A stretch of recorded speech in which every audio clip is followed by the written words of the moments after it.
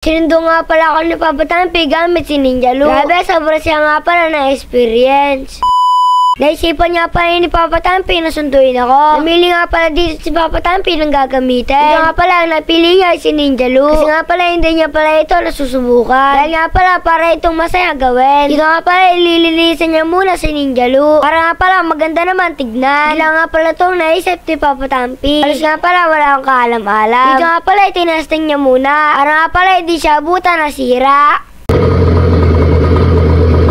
Ito nga pala, kakaunti na lang yung gas ni Ninja Lu. Dinala ka pala ni Papa Tampi yung dala. Nga pala, dinala ni Papa Tampi lagayan ng gas nito. Pagkatapos nga pala, inaanap niya dito yung tuti. Kaso nga pala yung tuti ay hindi niya makita. Kaya naman mga kadang David ay umalis na nga pala si Papa Tampi. Bali nga pala, maaga siya aalis. Dahil nga pala, merong kalayuan yung school namin. At saka nga pala, ang bagal ang dala ni Papa Tampi. Ito nga pala, nagsimula na siya magpatakbo. Bali nga pala, dadaan si Papa Tampi sa motor shop.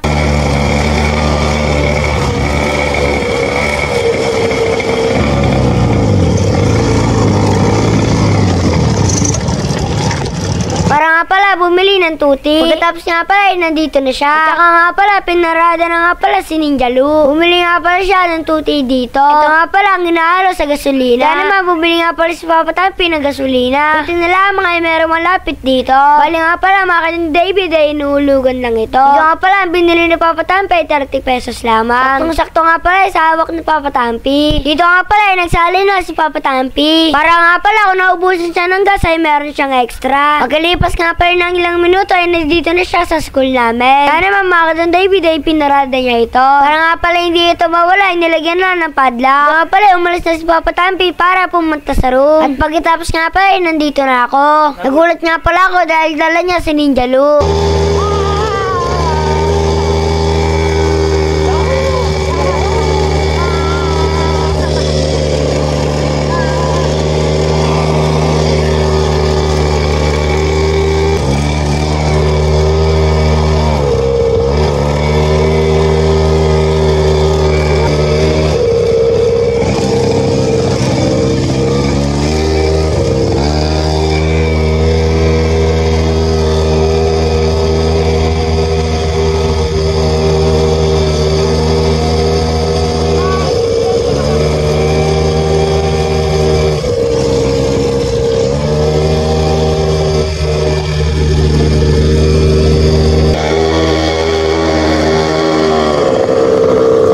Ito nga pala ay nabusan siya ng gas. Ito nga pala ay nandito kami sa bukid at nawalan nga pala siya ng gas. Kaya naman narigyan na nga pala ito ni Papa Tampi. Buti na lamang ay meron siyang extra. Nandaan niya pala siya dito maglagay. Kasi nga pala pag natapon ay sayang. Kaya nga pala wala pang imbudo dala si Papa Tampi. Mano-mano nga lang pala ito ginawa. Kaya naman hanggang dito na lang pala ang aking storya. Paalam, bukas ulit. Grrrr!